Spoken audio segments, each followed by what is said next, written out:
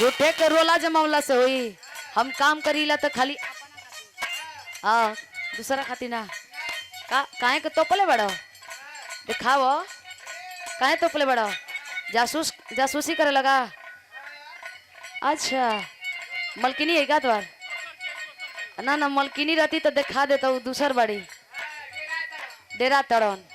कैमरे वाला भैया तरी झूम कला और झूम कला तो झूम करा फोकस करा उनकरी मोबाइल पर देखा घरे तक पहुंचावा दिखावा का गुरुजी ऐसे सोना के परख सोनार ही रखी हीरा के परख जोरी ही कर सकेला कोनो ऐरू गरू नथु खैरू ऊपर पर जइबा ना ऊपर पर गिले तो हमार नाव ना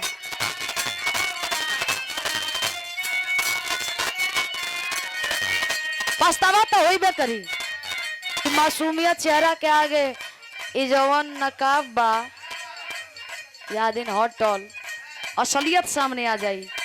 हाँ रोला दे मामला से होई महफिल तो आ रहेला नाम हमारा वेला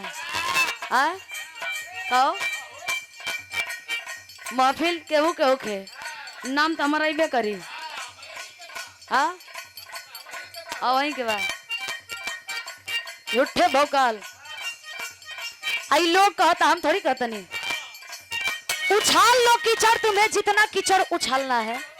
अरे उछाल लो कीचड़ तुम्हें जितना कीचड़ उछालना है ये तो तेरी फितरत है इससे तेरा संस्कार पता चलता है। लेकिन हम हूँ कमल के फूल बानी लाला कीचड़ में भी खिले के हुनर रखीला। और जब दुश्मनी करिए लिए हो तो छाती मजबूत रखना सुध समेत लौटाएंगे। बराबरी ना कर सकेला तो जलन रख ले बड़ा बुराई करे शुरू कर दे बड़ा मनोज भैया बराबरी करो। पूरा कायनात एक तरफ पूरा बिरहा जगत एक तरफ रवीना रंजन अकेले खड़ा बड़ी। कुछ तो खासियत है उस लड़की में जो सबसे लड़ रही है जिसे गिराने के लिए कलाकार से लेकर के राइटर तक सोशल मीडिया क्रिएटर तक और तो और ये जो चमचा है चमचा ठेकेदार जो ठेका लेकर के चल रहे हैं बिरहा का वो लोग भी मतलब कि रवीना को कैसे गिराया जाए। हाँ।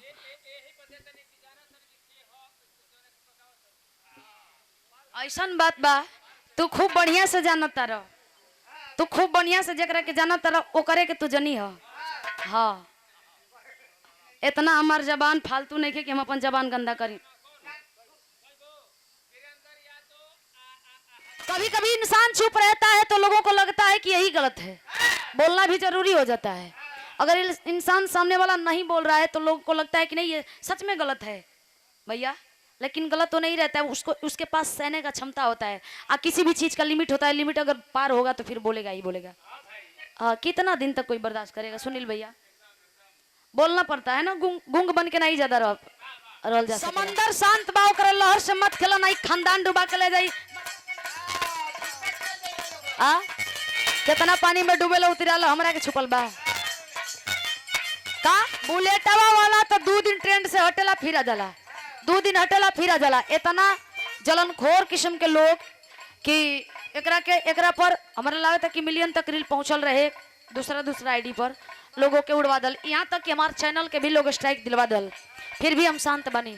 सोचा कि कितना सहे कि हमारा पास क्षमता बा का अब बुलेटवा वाला हमरा के पहचान दे ले बा कोई के ट्रेंड में आवत हुई फरमाइश लोग करत हुई हमार बुलेटवा वाला के 4 साल से लोग फरमाइश करके गवावेला का भैया ये सच्चाई बा। कोनो भी मंच पर 4 साल हो गई 4 साल से लोग गवावेला ना बुलेट वाला के का